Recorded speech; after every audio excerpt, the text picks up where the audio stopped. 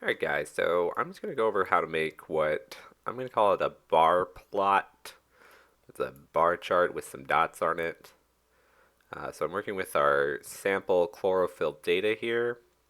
If I just go to my graph builder, can put for like site on my x-axis, y-axis. Right now I have my point selected. I can right click, I can add a bar if I want to, or I could shift left click on the bar plot or bar chart. Bam! We've got these here. You might notice that this is not quite what we want. So now we start doing all of our fancy editing. We can right click our bar and we can tell it to move backwards, so it'll put it behind the dots. We can change the color of this. We can add standard bars. So why don't we just add the standard deviation bar, change the color. So I want this fill to be a light color.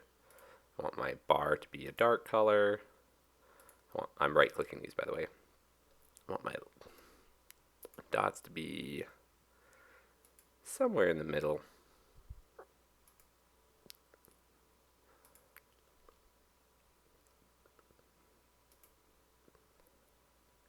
And there we go. We have a chart thing. Now, I'm also going to show how to clean this up a little bit. So most of the time, we don't need a title on our chart because we have our figure caption. In this case, the legend doesn't really add much, so we'll get rid of that. If you needed to change the text of your legend, you can double click this, and then you can double click these to edit them.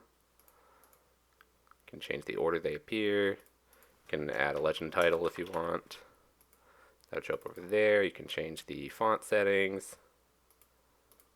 Alright, hide legend. We don't need this down here, so we'll just hide it. You can change the site if you want. You can right click it to change its font. You can do the same thing with the axes.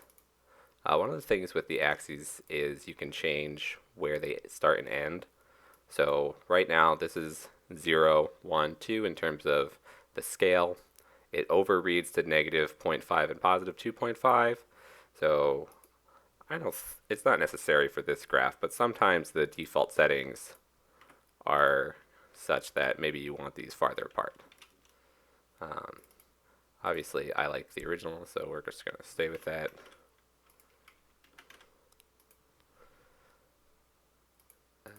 Same thing with this axis over here. You can change it. If you want to add a line across this, it's like a reference point. Like maybe I want to know where 0 is. You can do that. I would make these lines kind of faint. It doesn't like it if you don't have the percent in there. But now you can see where the 0 is. And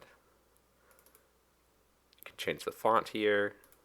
And last but not least, you can just drag and scroll on these axes if you want to move them around to get them just right. A few other tips and tricks while we're at it. Can change your preferences to change the background color of these. Somewhere, here we go, preferences.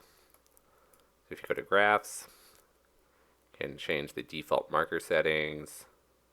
If you go to style, you can change the frame color, so I make mine black. You can change the background and window color. If you make these white, it makes them much easier to embed in posters rather than the default tan color. Frame the border. Not sure what the default settings are, but you know, you can look at these and pick up mine if you want them. And that's the bar plot. It's a bar chart with dots. You can make the dot plot the same way. You can cite benthic dots, add on this. If you use the outliers, this is an outlier plot, which means these 4, these 2, and these 5 are all pretty extreme outliers that you could I think for our course you could justify throwing these out, but you can only do that once. Like you can't remove these and then go through and do it again. So I'm just going to shift click each of these and then right click, points, edit, row, there we go. And so we're going to do exclude, and that'll remove those from this analysis.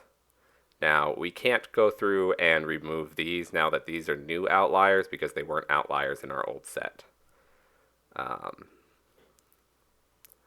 The other option you have, so when you remove those, it hides them over here. You can just select all these rows and then, there's a select excluded button. And you can unhide, unexclude these if you want, and they'll pop back up in here. You can also use the quantile plot, but I don't think that one's as valuable. I think given the choice of the bar plot versus the outlier plot, they both work. They tell you different things.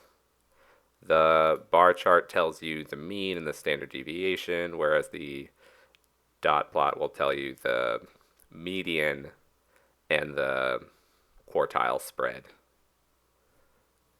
So just depending on what you want to say, one's better than the other. And with that, I think we're good.